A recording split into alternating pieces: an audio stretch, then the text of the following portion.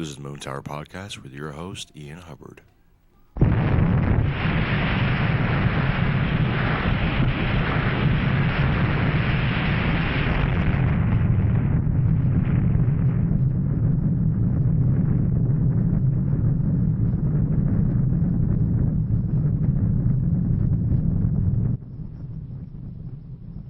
Would you like to spend Christmas on Christmas Island?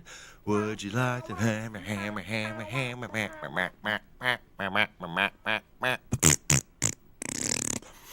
I swear, dude, I have nothing against Rosemary Clooney or her son John, or George, the other Beatle. But if I hear that fucking song one more time, it's gonna be on. It's on. Yep. That's one of the terrors of working fucking retail and during the holidays, especially Christmas. I can't say I haven't been there before. Oh, you haven't had to listen to all the Christmas music? No, I have. Like, I was working at a Dollar Tree for, 2 weeks. Like, I don't know. Which I think is the max amount of time to work at a fucking Dollar Tree. That's the maximum amount of time anybody should work at a Dollar Tree, but that's besides the point.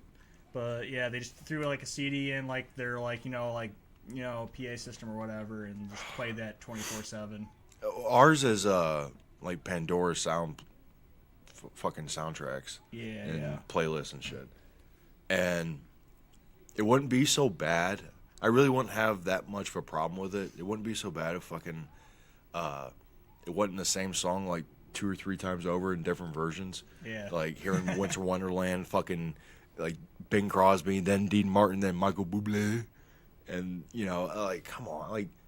At the very least, give me an Adeste Fidelius from fucking Bing Crosby. Yeah, seriously. Change it up. They need to at least, put, the B... They need, an A list and a B list for, those Christmas songs. And well, I'm thankful that I haven't heard the All I Want for Christmas Is You from Mariah Carey.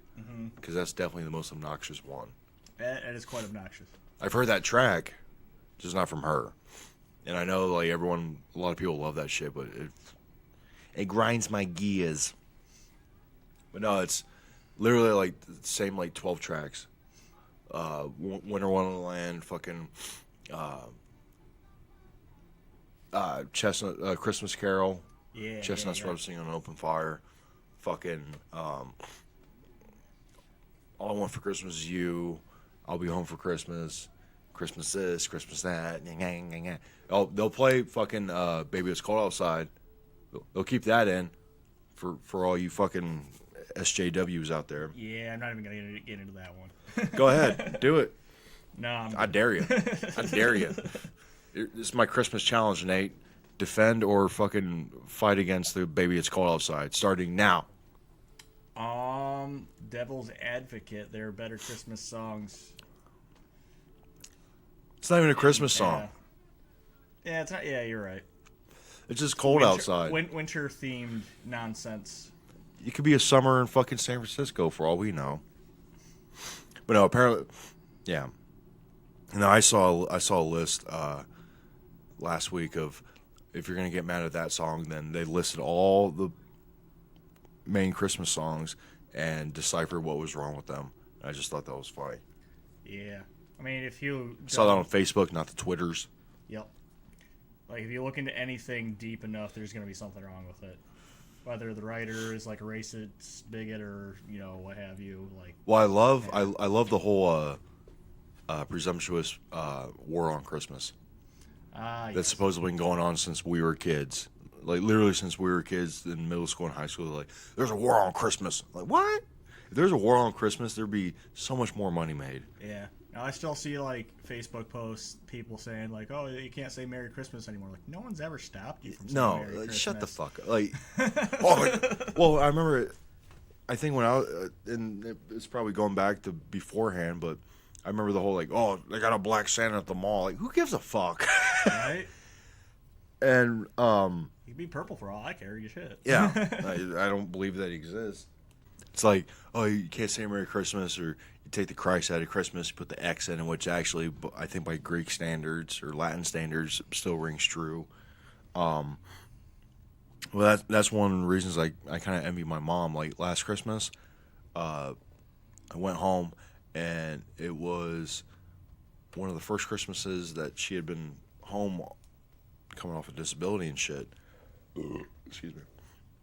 So, her thing now is she has the luxury of not listening to Christmas music until it's Christmas Day.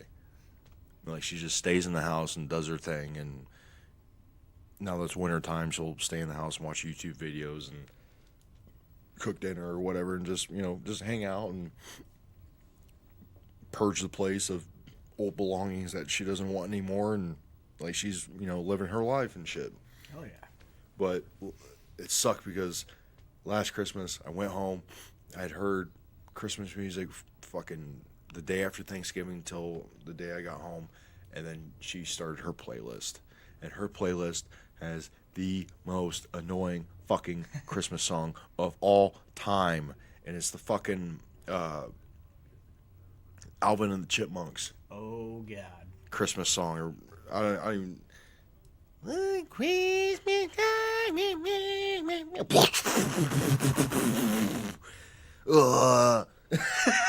I mean, I could see the appeal back in the day when people thought that was like cutesy, and they're like, "Oh, hey, they got high pitched voices and all that." It's like, well, the midsection of her Christmas playlist, because a lot of her playlist is like, obviously stuff she grew up on, like Sinatra and Bing Crosby and Dean Martin and shit, and I kind of came up on that stuff too. Like, we used to play when I was a kid, and I was all like, "Oh, Christmas, man."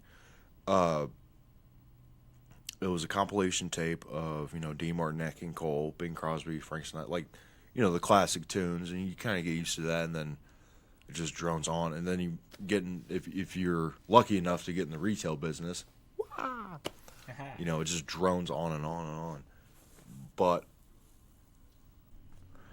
yeah, it starts out with the Alvin and the Chipmunks, annoying ass fucking Christmas song, and then it goes into the Cheech and Chong, Vata with the bony knees, and then talking about, like, I think Chong's talking about seeing, he's like, yeah, I used to play with that dude, man, and then Cheech tells him about the story of Christmas, like they were in the projects, and they had all these noisy kids working for him, aka the elves, and they get shipped off to the North Pole, and like Chong's like, I used to play with that dude, man. I used to jam with him, and like, oh, I saw the dude outside the store. He had his bell, and it was like, and like that funny Christmas shit, and then it rounds out the fucking USA for not the Feed the World, Bob Geldof and Bono, and Feed the World, let them know it's Christmas.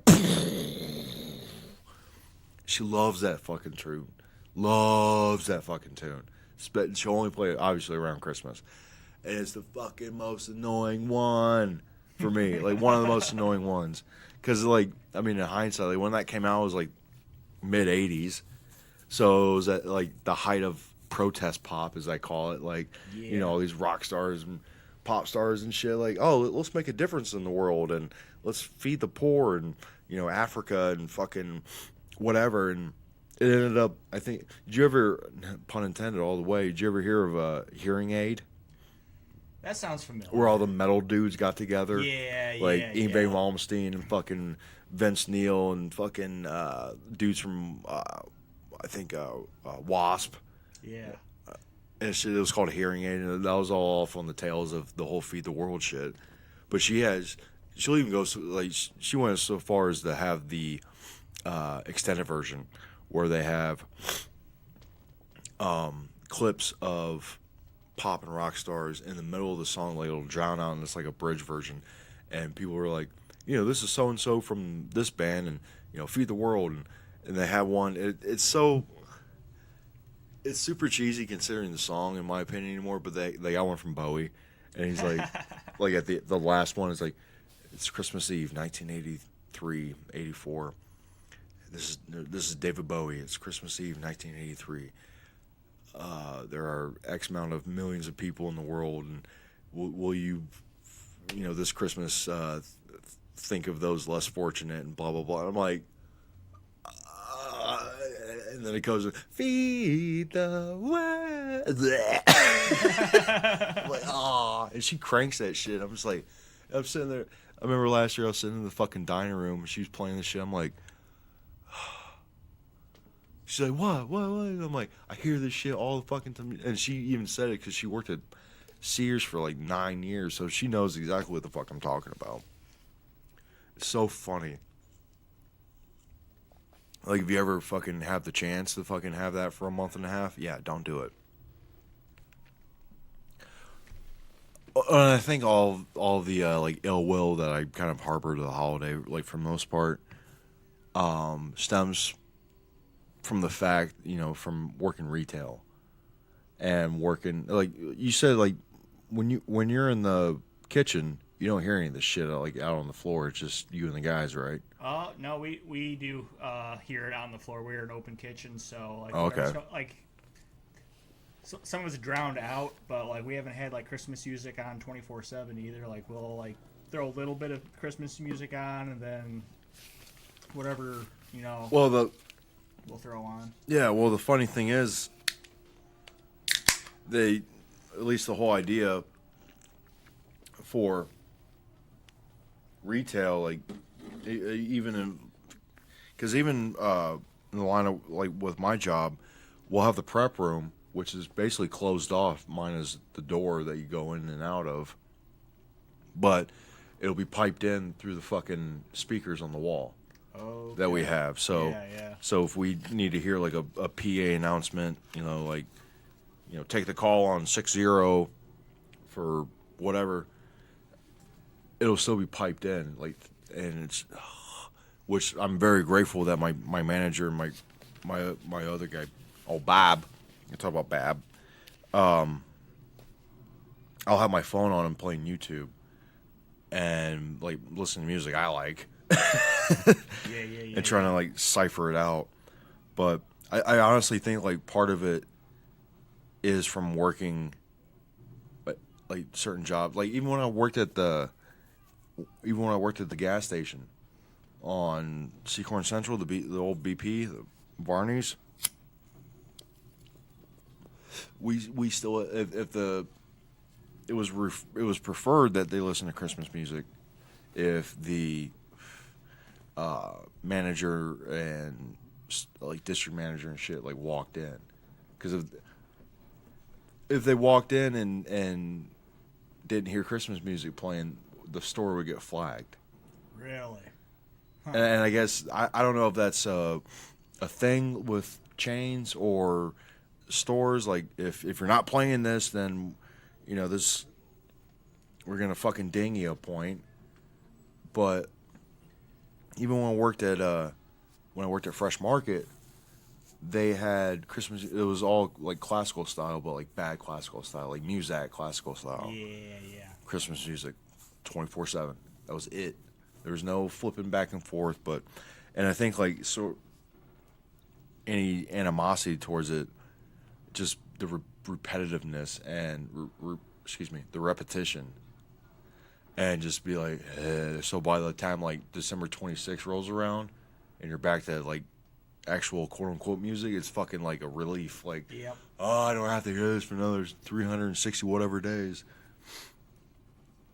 And it used to be like pairing that with like shitty people who would come in the store, because for a hot minute for me it was like, it just seemed like when Christmas would roll, especially Christmas, would roll around, people, especially after like Black Friday and shit, like, oh, let's give thanks for what you have, and then go out the next day and beat the shit out of each other and fucking try to get hot deals on a fucking flat screen. I never really understood that, but no, that's. I mean, I can understand there are people wanting a deal here and there, but I'll just stay home and I'll shop online. Well, if I wanted a deal, I haven't really done like a lot of Christmas shopping in a while. Yeah. Well, and like there's that whole nature of, I guess, like the capitalism of it, like people fretting, literally sweating bullets about, oh, I gotta buy this for this person, I gotta do this for this person, I gotta blah, blah, blah, blah. It's like whatever. And especially at the store, like people bitching about their orders, and like I think I told you, the lady, it was a few years ago. She had her fucking turkey on Thanksgiving, her order fucked up, and then she ordered a rib roast for Christmas, and that got jacked up because she had the same last name as someone else, and their orders got switched. Oh, God. And I brought it out when I was working counter, and the lady, it was the wrong one. She looks me straight and fucking dead in the eye. And the same thing happened at Thanksgiving. She looked at me and was like, "You've ruined my Christmas. You ruined my holiday." I'm like, yeah, no pressure at all right there. Thanks. In the back of my head, I'm like, well, lady, if you, like, relied on me to have a good holiday, you were fucked to begin with. Like, yeah. Because that should be, like, a whole family thing. Like, I will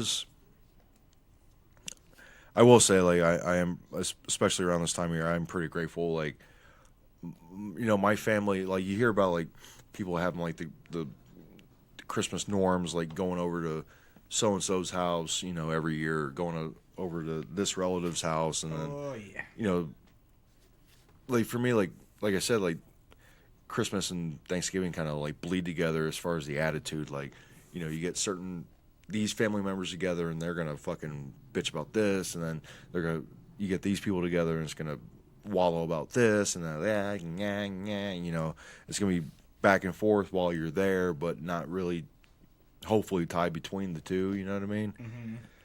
I never really had that in mine, because mine was more, especially when my grandma was alive, my mom's mom. We'd go to my uncle's, her oldest brother.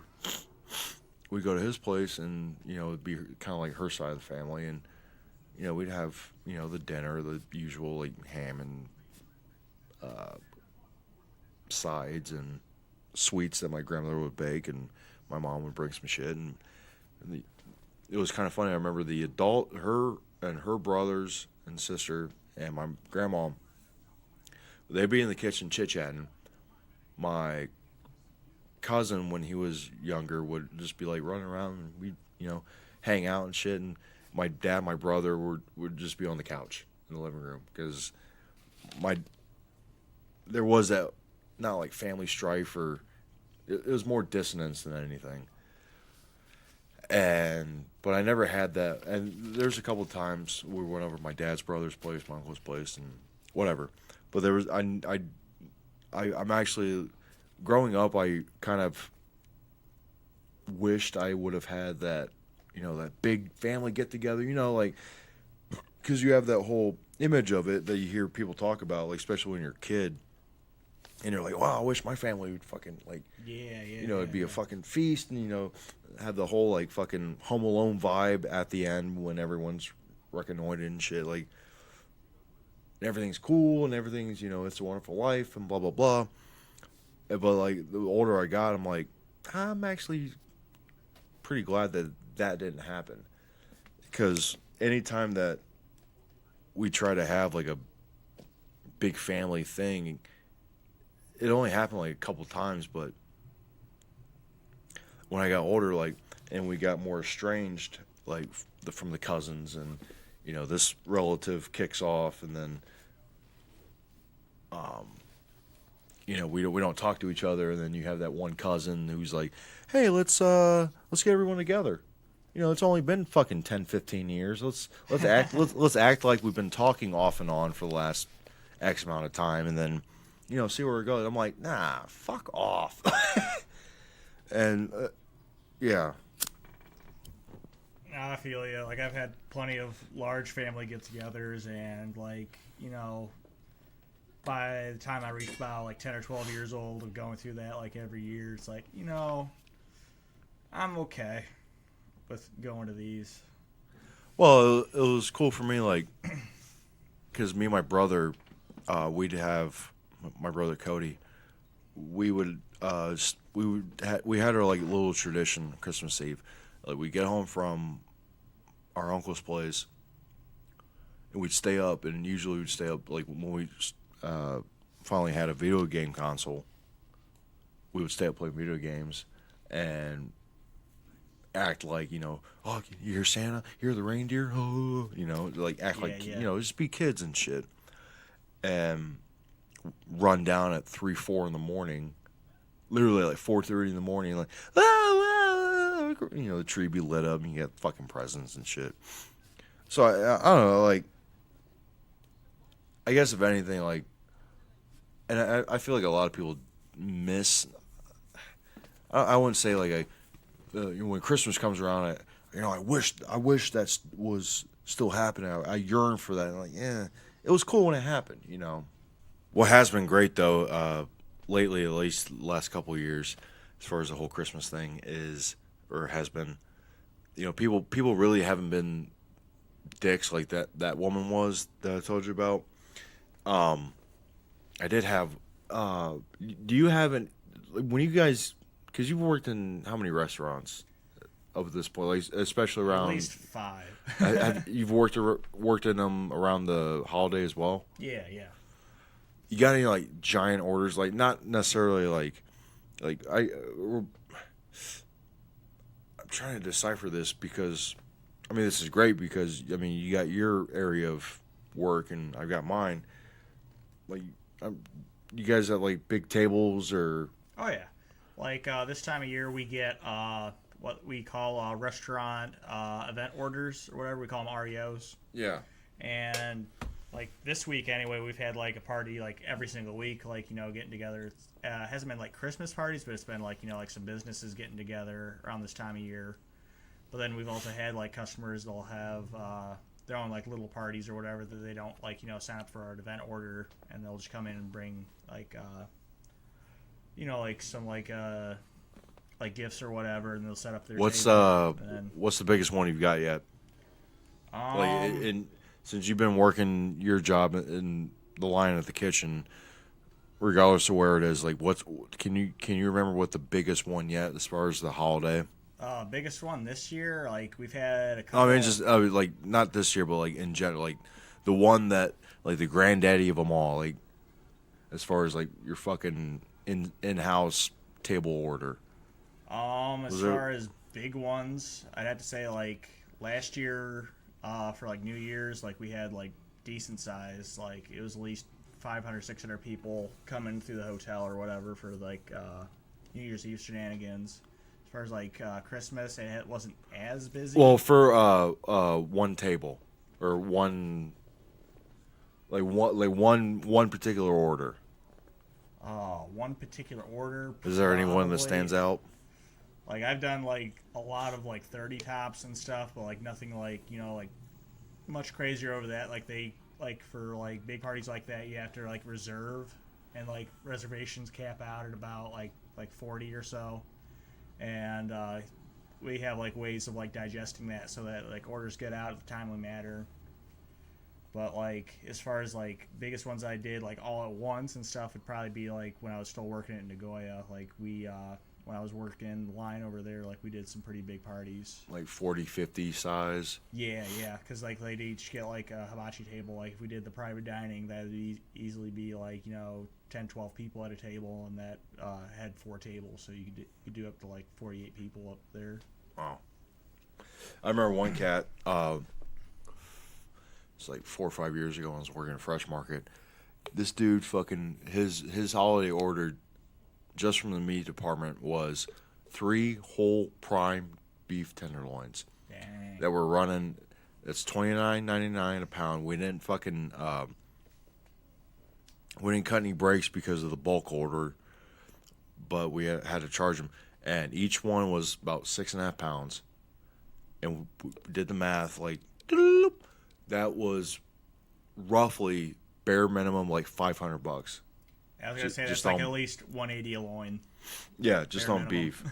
Like $540, almost $600 because they're a little bit heavy. And had them cut and trimmed and pieced down and whatnot. He wanted them kept whole and didn't want them cut or anything. They're probably roasting them, I bet. Yeah. And I remember I gave them to the guy, and I looked beyond him, and he's got a whole shopping cart. He's got 3 cases of wine on the bottom sill of the shopping cart, and the rest is full of sides and produce. Like, that motherfucker had to been rocking at least a fucking $2,000 to $3,000 order. Because you imagine, like, the case of wine, like, and the way he was acting, like, he had some dough to throw around. You imagine, like, case of wine that's 10 bottles, and we gave a 10 to 15% discount if you bought the case, which there the case is 10 bottles. So you think like, say $20 a bottle, that's $200. You have 3 of them, that's 600. $500-600 in beef, and you got like fucking oysters and shrimp and the rest, and his shit was stocked, and that was not unusual. Yeah. Like that was another thing, like working in this gig, like seeing what people will throw out as far as dough wise and spend, like, because they got family coming in and they got loved ones, and and I'm not like shitting on the dude, like, by all means. I mean, dressed to impress. Yeah, you got the fucking dough for it, fucking by all means. I mean, hell, I fucking last year I bought a 2-3 pound. Well, one was for Thanksgiving, the other was for Christmas. Like 2-3 pound filet roast, and I got a wicked deal on them, with the discount at work and shit. And that was the bomb. Like, oh yeah. That dude got 3. It was prime, like the best kind of cut that you can get for choice. It was on top of things. I will say, if Christmas killed anything for me, it's fucking kielbasa. And I was never a big fan of kielbasa to begin with. Because when I worked at the other shop that I worked at, House of Shits, made over 1,000 pounds. The one, actually, I was there for 2 Christmases. Over like 1,000 pounds, like 1,200 pounds, just kielbasa, because the neighborhood that I worked in was mainly a Polish neighborhood, and God forbid they don't get their fucking links. That ruined just this. Like, I can't even smell that shit anymore without and fucking gagging and like having that negative reaction for the senses. It was just bad. Like, and we had them in like the luggers, like almost moving bins full of fucking kielbasa. Jesus. Like, I love garlic.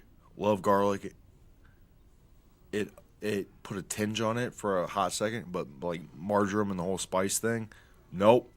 No. You can carry on with that shit. Fuck all that. Done with that. After being subjected to kielbasa every fucking day, and not even like smelling the scent of it being made, but like they were cooking it every fucking day for samples. And you get those fat fucks like, oh no, I'm gonna get 10, 12 pounds, just shove it in their fucking face hole. I'm like, you're killing everything. But I guess it was necessary. But anyway. Fucking, we're rambling on about this whole Christmas shit. But yeah, other than that,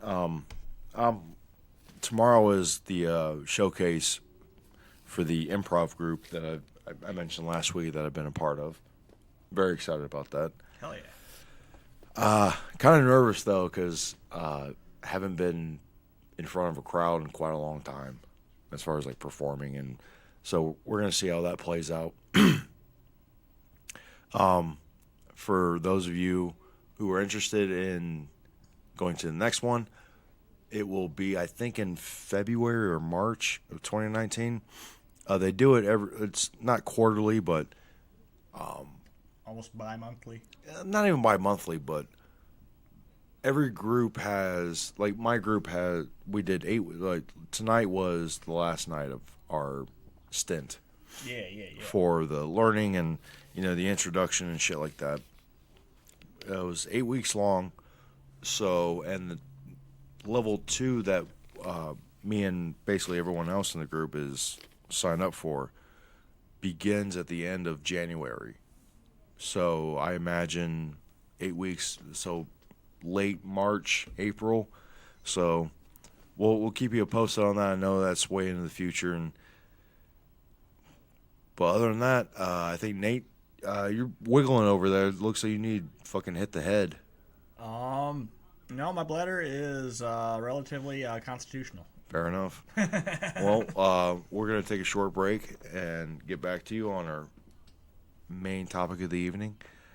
And what's What? Who was that you showed me for this week's ad? Oh, it is my good buddy Marshall Henley, under the pseudonym Morhaul the Grotesque. Morhaul the Grotesque. Ah, yes. It's a little solo project he's been working on, and I've helped him out with a couple tracks here and there on this solo album he's been working on to put out. But he's got a couple tracks that he wanted to share with us, and this next one coming up that we have for you is called Living God. All right, let's have it. All right. I do hope you all enjoy. Take a quick piss. We'll be right back.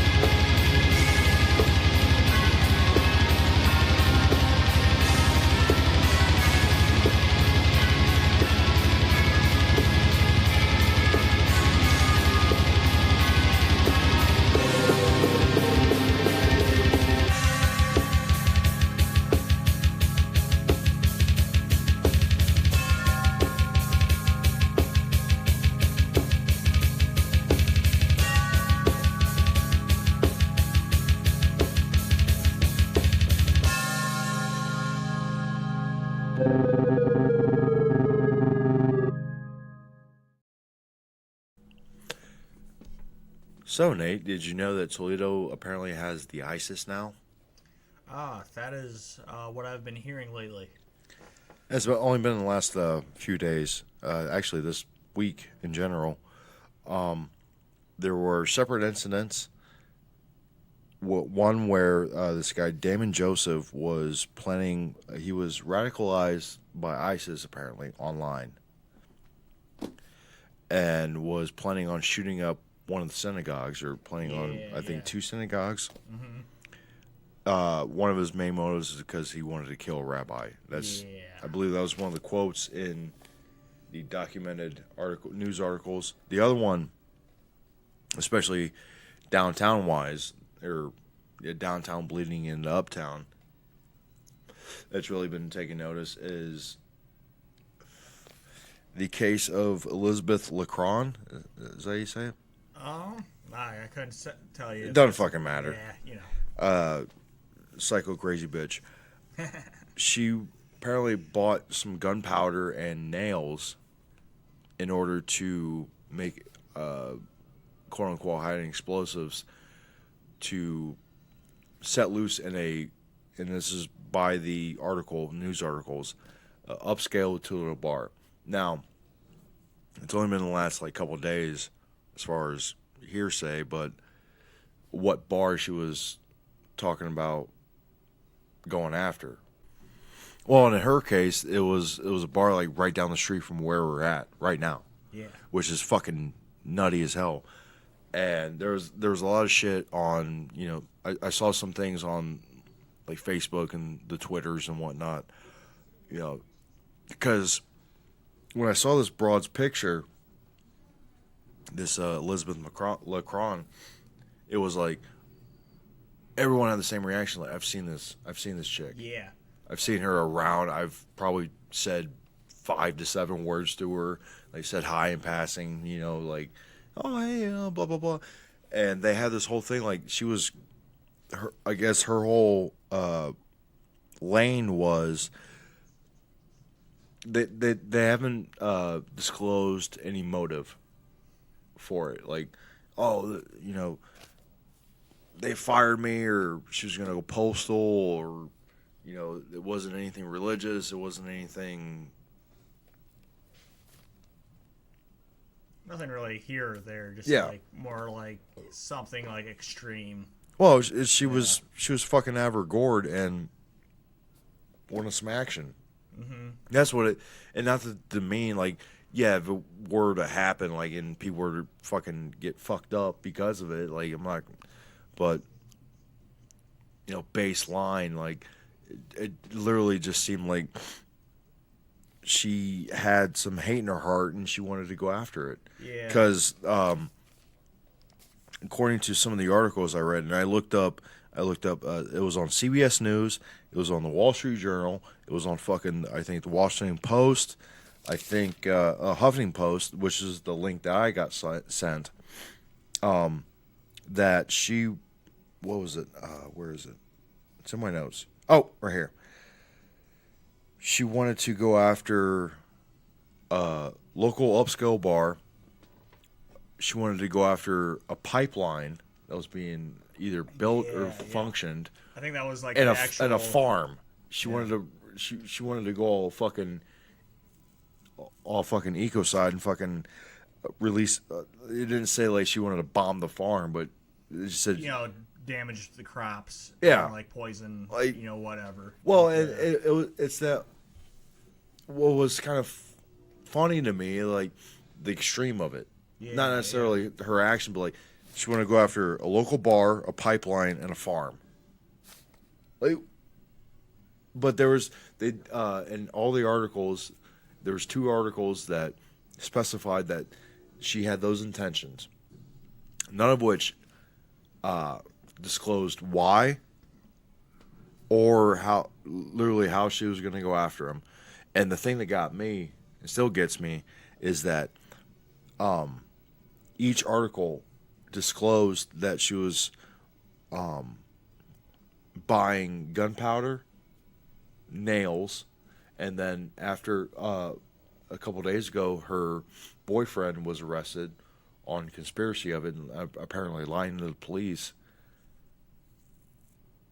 in connection with this whole thing with her, where they raided their fucking place and found I think it was 1 or 2 AK. Actually, yeah. Let me pull. Some guns. Keep talking. Fucking, I'm gonna pull this up right now because this shit's fucking nutty. What I heard, she had some basically she was into things like the Combine. She was no, she apparently her fucking Twitter and Instagram was all about Bernie Sanders, and her Facebook was all about Bernie Sanders, which feel the burn. Yeah. But her Twitter and Instagram was all about glorifying mass murderers, like Dylan Roof, the dude who fucking went into the, I think, Georgia church a year or two ago and fucking shot everyone up. Like, she was all about him. I've got, if you want, I'll fucking read the articles I got fucking penned up. Because they're basically, all right, let's see what we got. CBS has, all right. CBS News, December 10th. I think it's, it doesn't have the time posted, but I'll just give a brief overview. FBI got fucking involved. FBI announced Monday it made arrests in 2 separate terror plots near Toledo, Ohio. Both suspects have been talking about and planning attacks for months. According to the FBI, Elizabeth Lacron was obsessed with the idea of carrying out mass murder. She was arrested Saturday after she purchased black powder and screws for making a bomb. She told an undercover agent she wanted to target a Toledo bar and also discuss bombing a pipeline or attacking a farm. Okay, first of all, like, who the fuck they got on the inside for this kind of shit? She told an undercover agent. Yeah. Like, was this like on the job or off the job or before or after she got arrested? At a bar or the bar that she was planning on, Quote, she stated she had been involved in a plan to commit, quote, upscale mass murder, as she called it, said Jeff Fortunato, an FBI special agent in charge. Or, excuse me, an FBI assistant special agent in charge. According to court documents, Lacron was active on social media. On Tumblr, she posted photographs, quote, photographs and comments glorifying mass murders like the Columbine shooters and Dylan Roof. Roof, a white supremacist, shot and killed 9 African Americans in Charleston, South Carolina, church, 2015. In the weeks leading up to her arrest, Lacron wrote to Roof in prison. According to court papers, he wrote back asking her to, quote, mail him several books about civil uprisings and the Nazis. In the second Toledo case, the FBI said 21-year-old Damon Joseph, who investigators believed was radicalized by ISIS online, which, if Doug Stanhope ever hears this, he fucking had a whole fucking bit about it. Like, oh, yeah. Fuck off, ISIS. I got this corner. He planned to target 2 Toledo area synagogues. Court papers allege he praised the October attack on a synagogue in Pittsburgh, telling an undercover FBI agent, quote, my opinion is the Jews are evil and they get what's coming to them. Once again, noted 2 undercover agents. Like, who the fuck are they talking? Like, what kind of like sting operation are they? Not to go whatever all it Alex is, Jones I'm and just shit. glad Toledo has their shit together when that. Apparently, they can't get the roads together, but apparently they fucking throw out a sting operation to fucking defeat terrorism. But I guess if that's what the money's going to, like, fuck the potholes, like, as long as people don't get offed. Yeah, like, seriously. I can deal with some bad roads. It means I don't have to deal with being bombed. Still, though, I mean, whatever. Quote, days ago, and this is still according to the CBS News article, quote, days ago, he, Damon Joseph, provided an undercover employee a draft plan which outlined general operational and logistical considerations for an attack. Whoa. What? Yeah. Like, in both cases, it was the words and the actions of the suspects that caught the attention of the investigators. Because the FBI was tracking these cases for months, investigators said the public was not in danger. Okay, so fucking just based off of that, and that's CBS, and that's one of the 4 I have. So they've got moles, they've got people working this kind of shit, and literally, like, it just seems to me like they got people just waiting for some shit to pop off. Yeah. Like how much money, how much fucking whatever have they invested to, not even to make sure this stuff happened, but like, not to go all Alex Jones and shit, but like, they are. It's like they knew someone's going to happen. Yeah, they're looking. They're looking at this area. They're tracking certain people, certain activities, looking at like who they're talking to, who they're conversing with online, if they have an interest in that person. It's fucking weird. Wall Street Journal didn't pop up because, I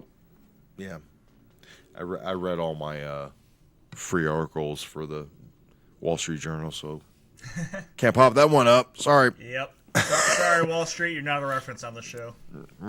You're lost. All right, so here's the Huffington Post link that I got sent. Excuse me. So I'll pipe this off. It goes a little bit more in depth, but it's not even more in depth. But it's just more detailed. Yeah. Here we go.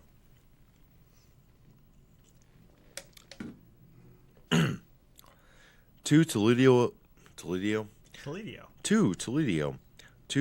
area residents have been arrested for allegedly plotting separate terror attacks. Officials from the FBI and the U.S. Attorney's Office of Northern Ohio announced at a press conference Monday morning. So, according to this, there was literally a fucking joint operation. Okay.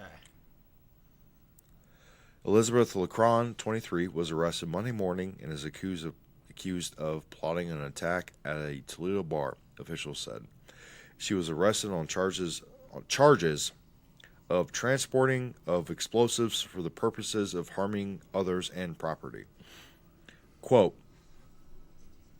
this defendant bought black powder and hundreds of screws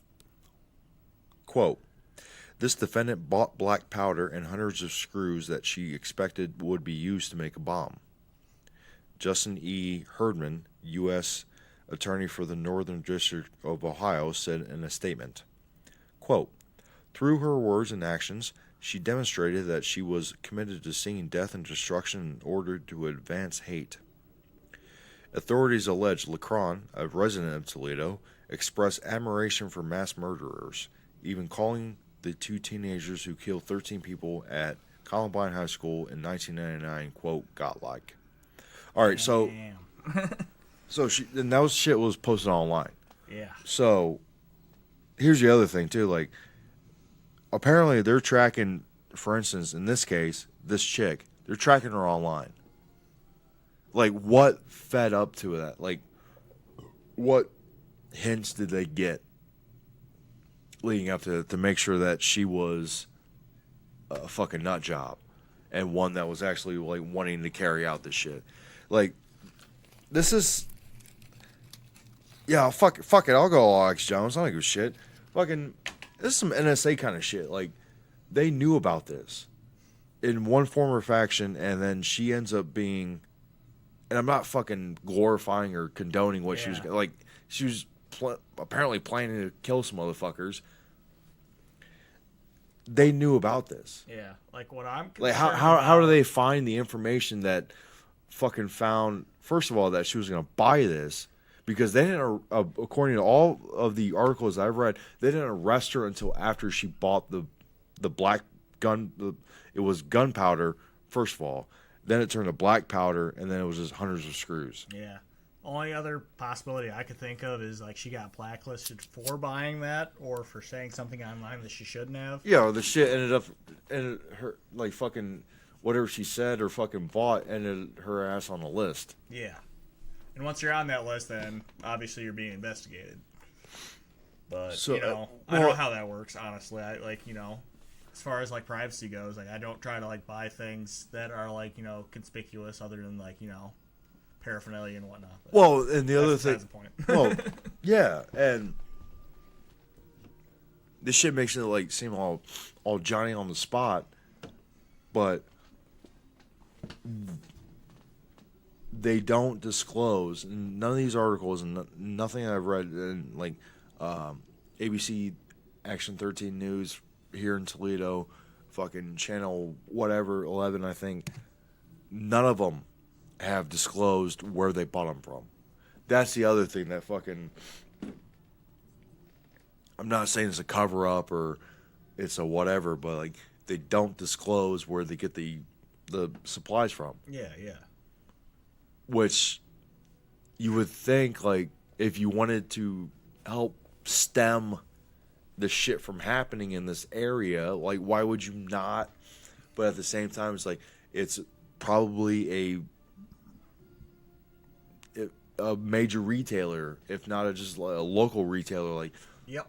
Like, this stuff is usually bought for household purposes, kind of shit. You know, like, yeah. Like, if they fucking disclose that, then that fucking business is going out of business. I mean, look at the Unabomber and stuff like that. Like, that was all like, house, like stuff that you could get for your household or whatever. It was all like fucking like appliance type parts and shit. Yeah. Which is one of the things they Kaczynski got away with for so long, is because he bought it all under the line. Yep. You can't really like knock a person for buying things that are totally legal. Whether or not they use it for things that are totally legal is another matter entirely. But if I buy a fucking set of steak knives and I stab you in the eye with one, no one's gonna blame the fucking steak knife guy for fucking selling me the shit. Yep. Which is an argument a lot of gun lobbyists have, but that's no, man, it's all mental illness. What are you gonna do about that? Yeah. Fucking liberal fairy. No, carrying on with the Huffington Post article. Quote, "It's going to be a lot of fun and I can't wait to post pictures." She, Elizabeth Lacron, allegedly wrote on social media ahead of a visit to a memorial for the Columbine shooting in Colorado this past summer. Authorities say Lacron also exchanged letters with Dylan Roof, the white supremacist who massacred 9 black worshippers at a Charleston, South Carolina church in 2015. Roof is in an Indiana prison waiting execution. Thank God for that. According to U.S. Attorney's Office press release, Lacron also, quote, attempted to send Roof Nazi literature. She also had a Tumblr account called Charleston Church Miracle, on which she posted photos and comments about mass shootings. The FBI agents raided Lacron's home. Here we go. Here comes the juicy shit. And found an AK-47, a shotgun, handguns, and materials that could be made to use and construct pipe bombs. Agents also found her journal, in which she allegedly wrote about committing, quote, upscale mass murder. She had goals, huh?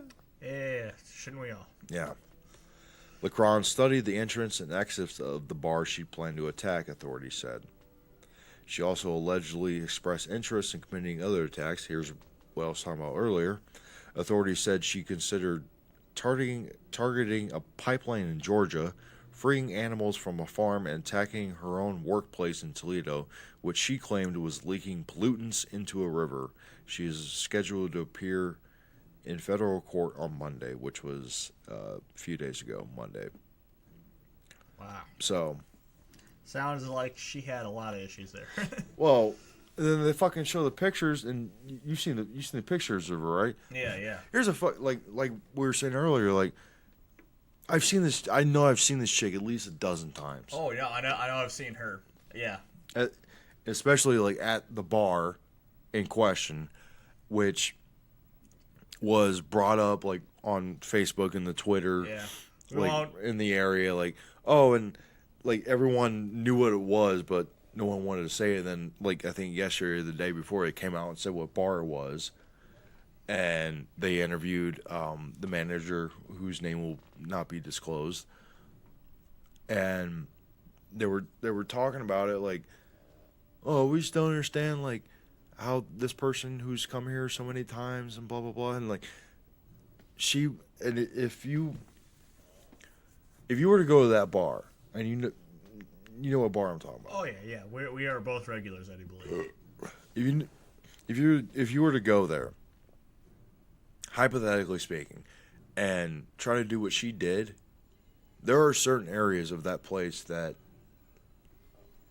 I hate to say would have worked. Oh yeah. Like, no, like fucking, like you wouldn't expect it to happen. The bathroom through the kitchen and shit. Yeah, this shit would have worked. Well, and oh shit, oh God damn it, I got hiccups now.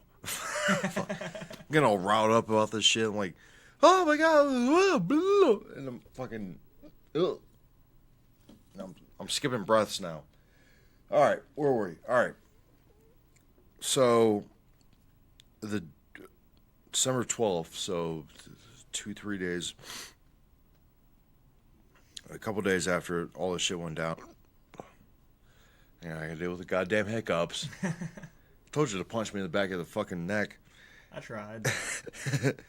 So they found a connection to the Elizabeth Lacron. They found her boyfriend. Excuse me. And headline on Fox 8 is Toledo man charged in connection with terror plot. So here we go. Toledo man will appear in federal court on Wednesday for his involvement in said plot. Vincent S. Armstrong, 23, is charged with one count of providing false statements to a law enforcement officer. He's been in custody since Monday. So, that's all he's getting nabbed with so far. I double-checked or refreshed my feed. There hasn't been anything since about this dude or about really this case. Like, I've been checking, like, daily since fucking Tuesday. At least. So, according to the Fox 8 article, here we go. It gets juicy now. Elizabeth Lacron, 23 years old, accused of buying black powder and screws to make a bomb. Justice Department says she wanted to commit an upscale mass murder at a Toledo bar and attack a livestock farm. Authorities searched her house, AKs, blah, blah, blah. Investigators said Armstrong, her boyfriend, the man in question now, denied buying items to make a bomb and discussing plans of an attack with Lacron, but his journal entries told a different story. Quote, from his journal entries, according to this article. Now I have these thoughts, these memories, they haunt me. I have a vision to kill, to hunt the unwilling, Armstrong wrote. Armstrong and Lacron also visited Columbine High School inside the deadly 99 attack. Excuse me. Justice Department officials said she also wrote letters to Dylan. Blah blah blah. So they have. There's something bugging me about this, and I talked about this a couple minutes ago. Like, I don't have a problem with the authorities saying that these people were, here it goes again with the fucking hiccups. I don't have a problem with the authorities saying that they were planning out this attack, but to not disclose where they. It's a non-disclosure agreement that they have with the information that they get after finding all the shit out. That bugs me. And it's not just this case in particular, but in general, like, they'll gloss over, like, so-and-so was planning on carrying out said attack with said equipment, but they won't talk about where they got the equipment from, obviously, because that'd be a detriment to business. They won't even mention that they raided their house, which, I don't know, it's just, you see where I'm going? Like, oh yeah, I'm fucking all fucking bright-eyed and bushy-tailed about this shit, but it's just weird. There's not enough details there that would, Well, and the fact that they mentioned multiple times, like, an undercover agent. Like, they've got motherfuckers out and about looking at this shit. Which I'm fine with. Like, do your duty and make sure none of this shit actually goes through with it. But, and I was talking to you during the break, like, when stuff like this happens, people tend to, and for good reason, worry about the copycats. Oh yeah. They worry about like what's going to come after. Yeah, like one could say that like this is a copycat almost, like not even like it's a copycat of like a certain incident. It's just like, hey, like they found inspiration in previous doings, and then they want to do it because of that. Well, and like I was telling you earlier, like I'm not. This is like that case, one of those cases, but in reverse.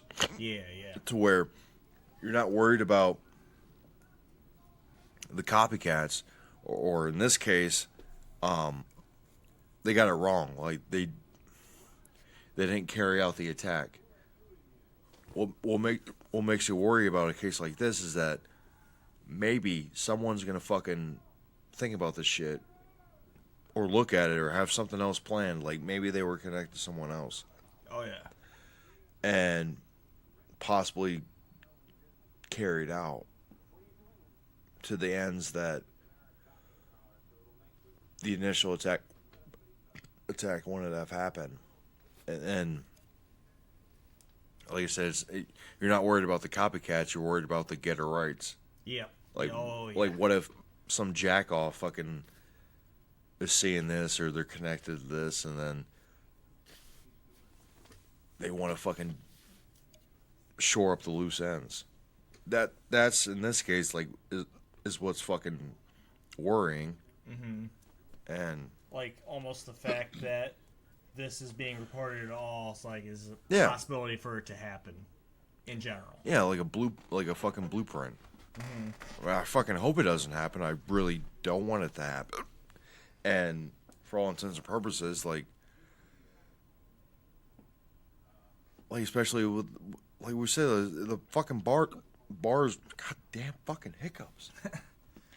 The bar is in question is right down the street. So, like, we don't want, not just because it's like, oh, it's a bar, we go to the, no, like it's kind of like finally come home in a way. Like, you got these crazy motherfuckers out there that want to do this shit. Like, and I'm not saying like fear your neighbor or anything, like, or look behind the curtain, but like honestly, that's potentially part of the goal that they were going for, is like make more people afraid. I mean, that's terrorism in general. Well, yeah, like, yeah. Well, the I think the base definition of terrorism is to, and look this up if you can, like, to upset the political or societal norm. To upset or upend the political or societal norm. Goddamn hiccups. And it's not that that's what they're after. They were just after to fucking cause a havoc. So, I mean, like I said, I hope it doesn't happen. I really fucking, like, we here do not. We do not condone the terrorisms. We are simply discussing it for the informational value that it provides. As little as we can after I get through these fucking hiccups. But no, they haven't. I've been checking my news feed. Like, they finally released, not released, but word on the grapevine basically said that what bar it was, and they were interviewing people. There was a Twitter feed that I started looking at, Toledo tweets, that were starting to look at where this was, and they were talking to people there and shit like that. And that's, I don't know. I don't know. You got anything to add to this? Because, like, there's like 1,000 avenues I want to go down, but this will carry on and on and on. Fucking, yeah. Help me out, Nate. Okay. Throw me a bone. All I want to say about this is that, the people who are like wanting to, carry this out, obviously don't have a lot going for them in some walks of life. They have a hatred about them. It's generally like the meaning for these things to happen is because, they source hatred. Yeah. So, you can't really like nip that in the bud. People like want to hate things for irrational reasons, and that's why it's such a rational in their own mind. Yeah. You have to like think about the people who are like rationalizing it. It's like it's not a rational thought by any means, but it is rational to them. So the way that you take care of that is thinking like they do, but at the same time, like, what does that entail? That's, a big old spectrum in and of itself. Well, since we're chit-chatting about the topic at hand, I did find this article from the Toledo Blade. Family of couple tied to planned Toledo terror plot shocked. So I'll just read this off and... Yeah, go for it. Give me your wish-wash about it. Robert Lacron was still shaking his head Tuesday, 24 hours after his granddaughter was arrested and accused of plotting to blow up a Toledo bar. Standing outside his mommy home, Mr. Lacron was visibly troubled by the accusations and charges levied against Elizabeth B. Lacron, 23.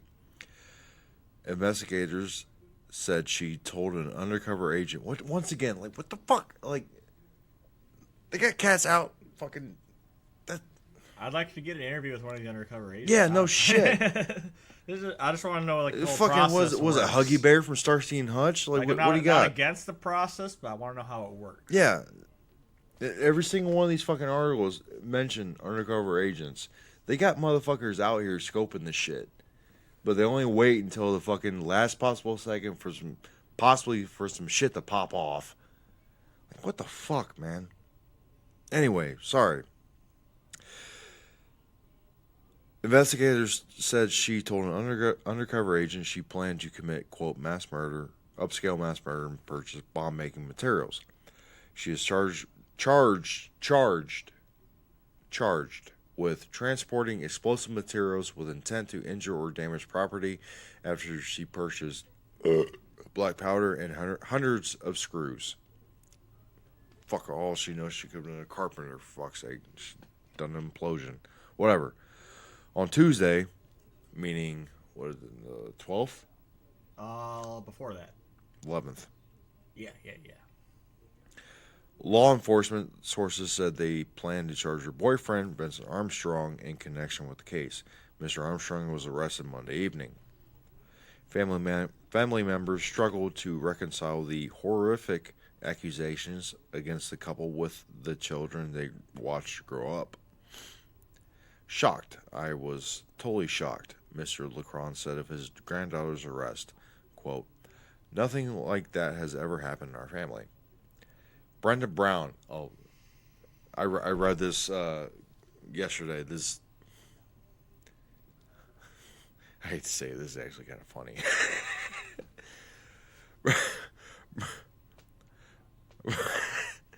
Brenda Brown lives a few doors down from the residence where Miss Lacron and Mr. Armstrong were living in the 3600 block of and saw Miss Lacron's arrest transpire on Monday. Quote, I was sitting here with my coffee and looked out the window and I saw SWAT in my driveway with a rifle, Miss Brown said. Quote, they were locked and loaded, baby. They converged quick. Authorities searched the property in August.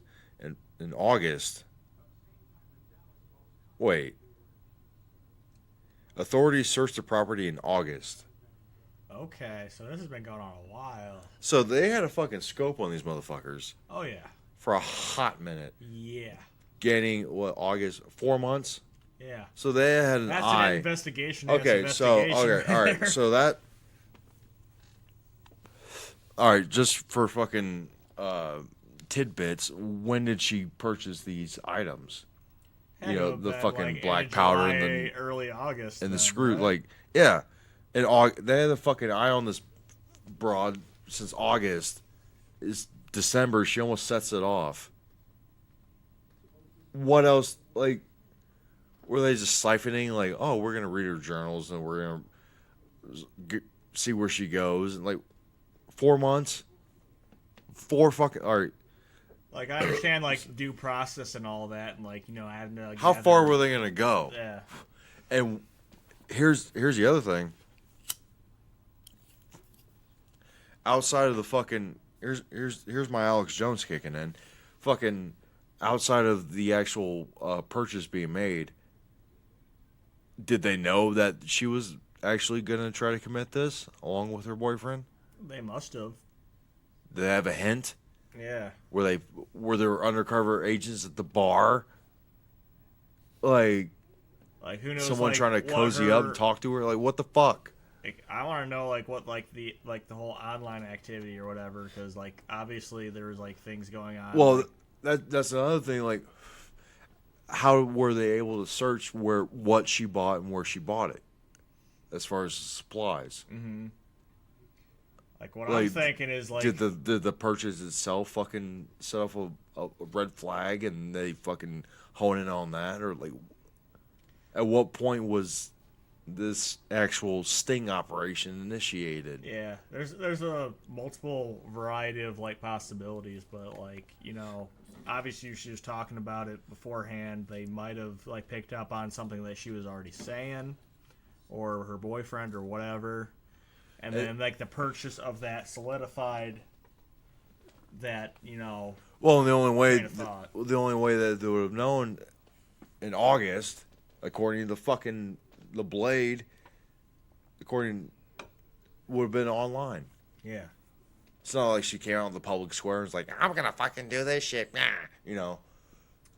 This is all, this is some NSA kind of shit, dude. Yeah, like that information doesn't come lightly at the end of the day. Yeah, no shit. Anyway, carrying on. Authorities searched the property in August. Wink, wink, nudge, nudge. Found an AK-47 shotgun, multiple handguns, large quantity of ammunition, and end caps, a component for building pipe bombs, according to the criminal complaint laying out the charge against Miss LeCron. Miss Brown said she never interacted with Miss LeCron, but noticed her, quote, coming and going from the house for at least a year and assumed she was a college student. She said the neighborhood is usually pretty quiet except for the occasional party and never noticed anything out of the ordinary coming from the home which Miss LeCron lived. Miss Brown mentioned she's thankful Miss LeCron was arrested before she could carry out any attacks. Quote, I was kind of nervous because if she's building a bomb, all of her houses could have gone boom, boom, boom, Ms. Brown said. You never know who's living next to you. That's pretty scary crap, and for good reason. I'm glad somebody squealed on her because I think she was a little sick in the head, especially if she's writing that Dylan Roof, he's on death row. And they go on about, her correspondence. Mr. LeCron, her grandfather, said he saw his granddaughter a little more frequently when she was younger. He said she enjoyed being around her grandmother when she was alive and called Miss LeCron a very nice girl. Hadn't seen his granddaughter in a year and a half. Mother divorced from her father. So, it kind of paints... this whole broken, I don't know. A little bit of broken family syndrome. What I don't know how much that has to do with the situation at hand. But and then they talked to her boyfriend's grandmother. News was similarly shocking to Mr. Armstrong's family. His grandmother, Laura Armstrong, said he seemed to be nothing but a kind soul. Quote, it's just gut-wrenching, very sad. I have no clue where this came from. She said, we totally were not expecting this. Miss Armstrong said she had seen her grandson a handful of times throughout the year, but she has only briefly been around Missile Crown on 2 occasions. She did not get to know her grandson's girlfriend. Family did not know how long the couple had been dating, but Mr. Armstrong seemed to be doing well at the last family gathering, a wedding where he dressed in a suit. Quote, "Thank the Lord that no one was injured and they were caught. That's our saving grace. To know what's going on with Vince's life, we have no clue, and we're very sad. Family said he's a high school graduate, blah, blah, blah." And yeah, it kind of seems like this.